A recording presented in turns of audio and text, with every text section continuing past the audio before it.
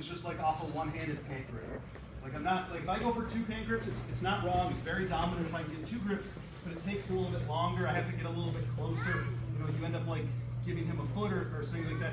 If I stay out here, you know, I can get this grip before he even sometimes gets a collar grip. And pretty much in slow motion, I pretty much walk away from it a little bit, and then as he reacts, I'm just turning my knuckles, punching this down, and then just jumping my knees in towards the hips. Right? So very simple punch pass. So I grab, I walk. As soon as I see him square up, I'm just turning my knuckles, punching, usually reaching for that same bottom collar we were grabbing before, and I just get here. A lot of times good back takes happen. But I'm not a bullfighter, like I don't, you know, I'm not that fast. So it's, for me, it's a lot of a bait. Like, so I just walk for a second, and then he, you know, he sees this little risk. If he opens up too wide, then I just step in. He's going to be fighting to get to this knee shield position, right? And then we can take our grip. So just work on that a little bit. So you guys, you can start seated, he can start on his back, it doesn't really matter.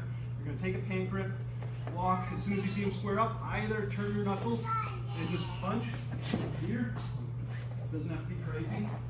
Or if you see him open up super wide, you just step in, and then he's going to be fighting. He's going to be happy just to get this knee in front of your chest there. So option 1 is this punch, and I go that way. Option 2, you guys enter right into this cross knee pass position. You'll see, like, especially like next week, you just like, you'll start like, hey, you want to train? Boom, boom, boom. And you just get the, like, it's almost like cheat code. Like, it's a little overpowered. Like, you know, like Victor Hugo is very good at, you know, these weave grips. And my big idea here is for me to connect my head right into that sort of pocket there, right underneath his jaw, sort of making like a Pez dispenser with his head, always trying to open his way a little bit. All of a sudden this grip gets weak. If he puts his bottom foot on my hip, you know, this is going to start like, I'm going to lose these grips and he's going to get to close guard or open guard. So I need to connect, you know, my head to his jaw. Now he can't get his shoulders back. Now this becomes a strong back row. In competition, I'm like basically pushing my head through his face, you know, making this pretty darn uncomfortable. So I'm sliding my knee out towards my foot and then walking, trying to keep my hips down so I'm not like crossing my feet. So I go here, here, here till I can get past his knee, then I'm walking back right into side control. If I were to lose head position, he like pushes me up, and I'm just cross-facing the heck out of him. I open my elbow, and I drop my hip right on my arm, right on his face. I'm controlling his head, and I can block the guard. I can stop him from coming to his knees there. So that will just be like a basic pass, and I'll walk you guys through it. But you guys are going to take your weave grips, so off your knees, weave, control the bottom lapel, into the jaw, start Pez dispensing, and I'm sliding my knee towards my foot. Just notice how I'm like, I try not to cross my feet. So here, walk, walk, walk, and then I walk in reverse, and I stabilize my position. If he does lift my head, I open my elbow. Just sort of weird, everything in jiu-jitsu is usually like elbows in. But I open my elbow, and I lay my hip right on my hand, sort of right across. I'm going to show 2 ways to do it. Sort of the basic way is if I'm trying to put pressure into him, and I feel him like push back a little bit, I just use that momentum and just shove this pant behind me, and I sort of try to tuck his knee a little bit underneath my butt. Right, so now he can't come back and get that knee shield. Like if I just push it straight behind me and I try to get close, he's going to put it back. So I push, I get a reaction, and I tuck his knee behind my butt. And now the rest of this pass gets a little nasty. So all we're going to do is we're going to grab the butt with one hand, sort of the bottom pant grip, and then this hand takes a spinal grip and grab basically where a patch would be there. And I'm just trying to like wring out the towel. So I'm taking his head one way, taking his hips the other. I'm just spiking my knee right into the mat, and then just rolling him over my hand. So my hand's almost like making his back. Sort of do that. So grips, but no weave grip. I'm taking the top pant. I press, he presses, and I push his leg behind me. I know that seems really simple, but yeah, guys do this all the time at black belt. And they tuck the knee behind. So you can't get this back. And now these 2 grips, one can happen first. It doesn't, you know, spinal grip, bottom, like sort of butt cheek, whatever you guys can take. Spike your knee right into his hip, and then I'm just twisting my grips and taking the pass there. So you're here. I don't go weave grip yet. I just push. He pushes back. Action, reaction. I get this knee behind my butt. And then spinal grip, hand grip, spike the knee. And just roll on. The right reaction. I just sort of take my shoulder towards my knee, and then I can usually extend my arm, and then I can come back. So it's almost like a little bit of a movement here. So I take my shoulder to my knee, I get my arm straight, and then I get back in that same position. Now we're dominating this head and spine, all the same. But I think white blue belts are definitely basic. I couldn't just roll through it. So that's when I go up, I go down, and I'm head to the jump. A very similar one is, instead we're gonna do a tripod. We're almost gonna be tripoding on his legs a little bit. So if I'm here, maybe I don't like to go high, I feel off balance, or sometimes if they're way taller, I like to stay a little lower.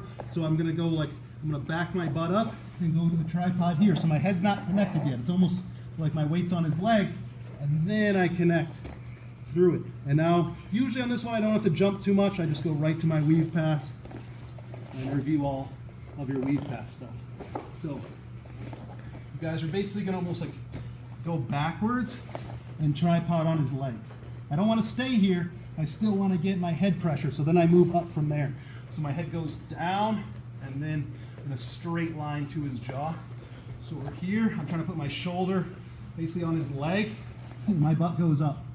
And then I find my favorite position here, driving my head through his head, slide, walk, walk, walk, then I open the elbow sometimes early, and go to that north-south position. So it's that low tripod. So for me, it's this feeling of like going back and up and then driving straight through there. So these same two grips we've played with, I'm going down, but really high, like almost uncomfortably high, and then here. I can get my weave pass going.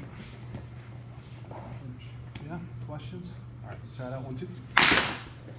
Usually just like rolling that shoulder, almost like if you had a wrestling collar tie and I wanted to do like a 2-on-1, right? Just sort of like, and that helps protect my neck. Guys are worried about the choke and things like that. If I'm just here, it chokes me. But if I roll the shoulder over, there's no pressure on my esophagus, right? I can breathe easy, but you don't just want to be like, So here, and then we have the two tripods. We can either go high or we can go low. So, and I combine those with the first sort of two movements as well, like pushing the leg behind me, right? So I'm always trying to do this, high put, and he's giving me resistance, and what? Oh, like I just push the leg back, right? If he gets too focused on defending, one of the tripods, and a lot of times he loses his ability to monitor this leg and going back into those passes, right? So always be, trying to push the leg behind, roll the shoulder, high tripod, low tripod. So it's just sort of like playing this little like ABC, DCA, like just sort of like just picking a lock out there, just using your shoulders in different ways. The next skill I want to develop for you guys is using this knee to like get him flat and sort of disengage this hook if there's a hook on your leg. So let's say we're here. So a lot of times, again, it's very easy for him to have frames at this perfect 45. Like that's where the frames are going to generally be the strongest. So a lot of times I almost go to like a knee on belly position. So I twitch my knee onto his sternum. And now he's much more flat. And then I can start bringing my elbow to the inside. And now when I come back, I'm going to be beating the knee shield. And then a lot of times I can get head position. So sometimes I have the hand on the ribs, sometimes I have the hand on the pant. But the idea is, like, if this is your default, you want to be able to go to knee on belly, right? Almost all the way here. And then the next position I try to do, instead of going back to the thigh, like as our default, I'll try to almost get in the crook of his knee, here. All right, so that's another place you guys can play with your knee position. The third place is almost what I call like a scrape, where I'm trying to push this knee almost down the mat. So I get my knee to the floor and move it that way. And if you guys use these in combination, right now, like let's forget about this leg just so you can see. But if he's got this perfect hook here, I'm all stuck. It's hard to move. I can't. It's hard. Like even if I get head pressure, it can be difficult. But if I go 1, 2, crook of the knee, 3, that thing's way gone. All right. So this whole time, while I'm doing all this stuff and trying to push the leg, I can be adding in like little knee twitches there to start loosening things up. So just picking a lock. Like what's the weakest point of this thing? Is it his top leg? Is it his bottom leg? Is it his frame? So you're just going to be adding all these 3 pieces together. If you guys need a concrete technique, so hand on lapel, a lot of times I just go hand on the ribs. So I go 1, knee on belly, 2, knee to knee, 3, scrape. I get my head in position, and then I'm passed. So we're going to change from the hand on the pant to the hand just on the side of the ribs. 1, knee and belly, 2, crook of the knee, See, it's really hard for him to get that hook, and I scrape that knee down, and it's done. Head position, cross face if I need it. All set. Yes, last time. So we were doing hand on the pant. Now we're gonna go just hand on the rib. So 1, knee on belly. 2, knee to knee. 3, scrape, head position. Done. Yeah? Questions? No? On 3, 1, 2. Of defense, like if he's escaping side control, he's trying to connect knee and elbow. If I'm passing a lot of times, like that last one, you know, like I connect knee and elbow, you know, it's all about winning that inside space. So you can use the same diamond concept on top. All right, it's sort of like the cool new thing that we're doing with 6 blades, where if like a lot of these passes we are anchored off this lapel, right? So some people like Lovato Jr., you know, will really like do everything he can to like break this grip and control this hand. Hodger, you know, so some of the, like, you'll see Hodger really relies on that hand, this control. So some guys are, you know, these guys are very strong, you're just sometimes not gonna be able to get it, and then that becomes very annoying. You can sometimes knee twitch to get rid of it, but instead, we're just gonna try to kick this middle leg back and connect this knee and elbow together. So all in one movement. I can't get this, I feel like he's dominating it, and I just go into this position. So I'm sprawling, kick that leg back, and connecting this knee and elbow. So instead of trying to grip, it almost gives him a frame. It gives him something to move against. I almost like take it away from him. So I almost want to be like, you know, like Bruce Lee, like water right now. I just want to be like super heavy, and then I can just start walking around and let him dominate that arm. Sometimes I can start stepping all the way over to mount as well. So you'll see, like let's say I do have this. Like right now, let's say he's framing with one hand. Like I'm almost giving him something to push against. Let's say he breaks the grip, and I just like go away from it. I'm trying to connect knee and elbow. I take my knee out of the middle, and then I'm like just trying to find like what space. A lot of times people make bad decisions here. They take their knee out, they try to do different things, like they try to figure out something to do. You guys go to mount, you can just walk slowly around the guard, but just try to be like that lead blanket on top of it. Just try to be as relaxed as possible. And this sort of goes back to what we were saying, like the frames are really good at these 45s, but when I take them this way, they almost go too much to the ground. So he's lost his good frames. Now I can like slowly walk around. And it's almost super annoying, like you're like, where did this guy go? You know, it looks not much different, but he's on top. You know, he's going for my lapel. I'm almost like, he's almost giving me something. All of a sudden he kicks this leg back, connects knee and elbow at both the same time. So connect these 2 points, and kick this one back. Square. Yeah. So you must take it back more. Yeah. So even if I don't even grip my lapel, yeah. So now it's going to pass almost without this hand at all. Yeah. So keep going, keep going, keep going. It's like, and then maybe I do something, then it's done. All right. So get used to like just letting the lapel go, connect your left knee and elbow, and sprawl your right leg. Do you keep on the pant leg, or do you go over the back? I do both. Like sometimes I just grab I just sort of squeeze with my elbow. Sometimes I hold the pant. Usually, that's a good question. So we're here. I will say, usually go over the back a little bit more. So he breaks the grip. I can't get this back. It's like, you see how like weird it is? This is like that.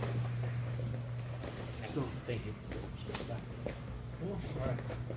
Clap on. Framing. You know, like Shanji, like Gordon Ryan, they like to have the hand on the shoulder, but Shanji's so good at like rolling the shoulder. I think that's very difficult for me. Like so I usually do a little bit more on the esophagus, right? Like to actually keep distance. I think that's a big thing. It's almost like he's gonna, like if he tries to put his head on my head, he almost like chokes himself a little bit.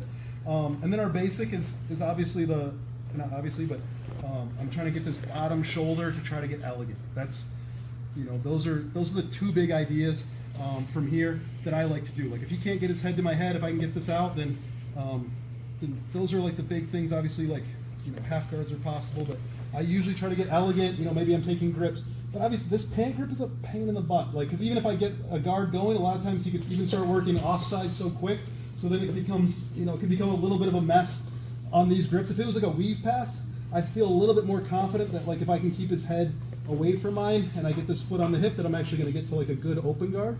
You know, maybe it's an offside open guard, maybe I switch, you know, and get to, you know, a De La Riva that you like, or collar sleeve that you like. And if you guys like to play this, that's a nice transition. This pant grip, once you guys get good at it, it's such a pain because like I could do all the replaces I like, but all of a sudden he can always run this way, and then I'm like framing, trying to get a foot in position. It's going to be a big mess. And it's just going to be about like diamond concept, like keeping knees and elbows connected. So like, let's say he starts to replace, like he jumps to the other side, like I'm gonna have to replace diamond, hopefully get grips at some point, maybe come underneath him at some point. But yeah, as the game gets better and better, like it is a big problem. Like, these are very dominant grips. I'm gonna do the best I can at like elegant, foot on the hip, replace, and then when stuff gets crazy, you're basically gonna be doing different things from here, trying to like pummel your feet inside. And it's a pain, like that's, like we're both doing the right things, and that's just good jujitsu, right? Like trying to be as technical as I can, but yeah, he's ahead of me, for sure. Good question.